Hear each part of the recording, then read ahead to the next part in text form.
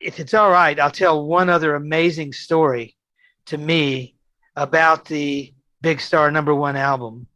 Carl Wilson was in town. The Beach Boys were playing in Memphis, and Carl was there. And Carl was a great friend of Alex's. And I hadn't yet met Carl, but Alex said, "Look, would you like to meet Carl Wilson?" And I said, "Well, sure, yeah. He's one of my idols. I love Carl." And he said, "I want him to hear. This is when we finished the #1 record. It's all mixed, done, not yet released, but it's finished."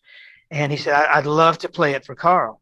I said, "Well, great. Bring him by the studio, and we'll sit there and we'll listen to the Big Star album, see what he thinks." So Carl Wilson comes by. Well, wouldn't you know it, Chris got wind of it. He's banging on the door. "Please let me in too. Please, I want to meet Carl." So Chris and Alex and me are in there with Carl Wilson. We play, I think we're through about the second song in the album, and Carl says, "Stop, stop, stop playing it." And I said, "Why? You don't like it? What? He said, "No, I love it. I want Brian to hear it." So we hook up on speakerphone, and Carl dials Brian Wilson's home number, which of course he had.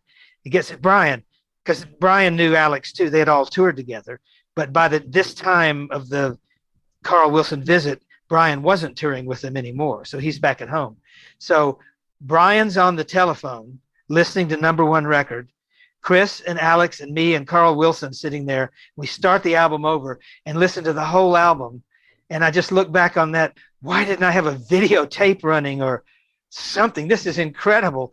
Brian and Carl Wilson listening to this unreleased Big Star album, and Chris and Alex here. And wow. So that's the kind of story and things that I think back on and think, I can suffer through all the arguments we had, the fights, the broken windows, the glasses, the smashed guitars, the bad times. I can get through all of it by thinking back on Brian and Carl, and we're listening to the album.